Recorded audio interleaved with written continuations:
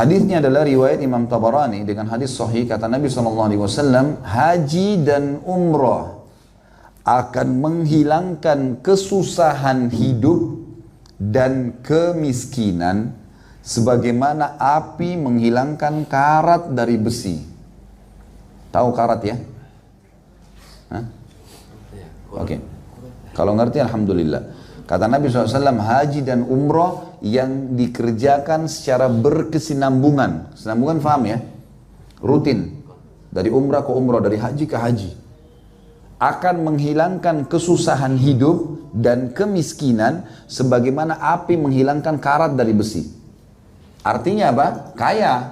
Karena lawan miskin gitu kan. Miskinnya akan hilang. Baik Ustaz, saya sudah pernah umrah. Nggak apa-apa umrah lagi. Udah 10 kali, 100 kali. Saya udah pernah haji Ustaz. Haji lagi. Udah 10 kali, 100 kali. Nggak masalah. Nggak masalah. Umroh itu dan haji Bapak Ibu sekalian, manfaatnya banyak sekali. Pengampunan dosa. Kata Nabi SAW, antara 5 waktu sholat, antara Jumat ke Jumat, antara Ramadan ke Ramadan, antara umrah ke umrah, pengampunan dosa di antara keduanya. Yang kedua, penyebab datangnya rezeki, sebagaimana hadis tadi sudah kita sebutkan. Yang ketiga, sedekah yang kita keluarkan bayar untuk tiket, untuk hotel, itu sedekah. Berapa besar itu? Saya nggak tahu di sini kalau ringgit ya. Kalau di Indonesia itu pakai US, sekarang itu bisa 2000 US misalnya. Nah, itu sedekah itu besar sekali.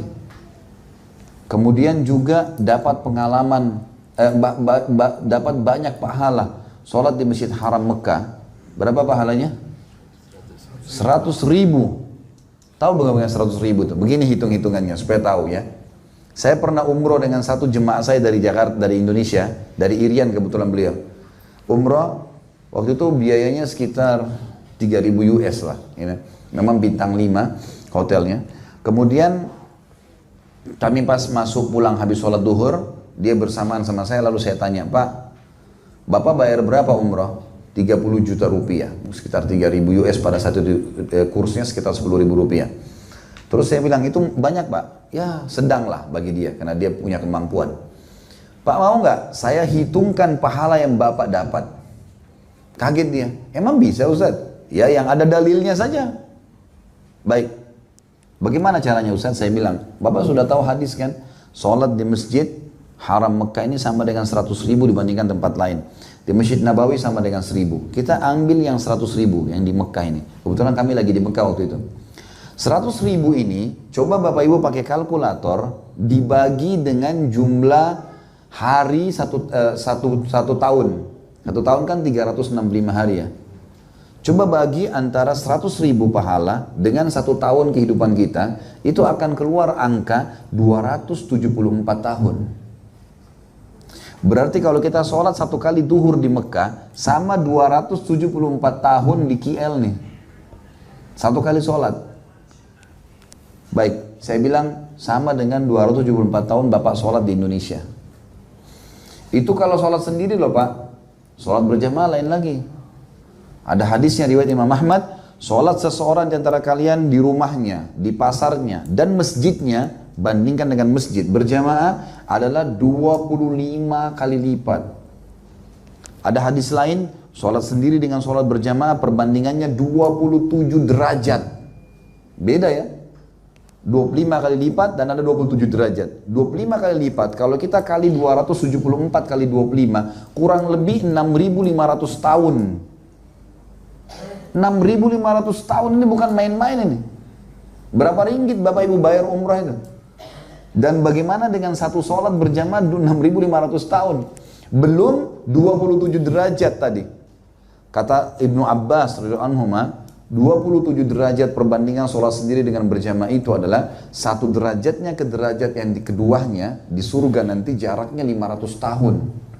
Jadi sholat sendiri dengan berjamaah bedanya 12.000 tahun. Jadi makanya jangan sholat sendiri, selalu berjamaah. Kecuali darurat, nggak ada orang lain. Sholat berjamaah ini 12.000 tahun. Ini beda derajat di surga ya, bukan main-main ini. Saya bilang, Bapak bayangkan, berapa satu sholat saja, 6.500 tahun. Kurang lebih. Bagi 3.000 US tuh. Berapa itu? Nggak ada nilainya. Kalau kita tahu pahalanya hari kiamat, kita nggak akan berhenti nih. Ada satu pengusaha di Jakarta, Masya Allah, suami istri. Saya tahu beliau itu setiap bulan, beliau tidak cerita langsung, tapi saya dapat dari orang lain yang saya bisa percaya. Ini dalam satu bulan, pasti 3 pekan dia habiskan di Jakarta, karena ada usaha. Pekan terakhir, minggu terakhir di setiap bulan itu umroh. Setiap bulan.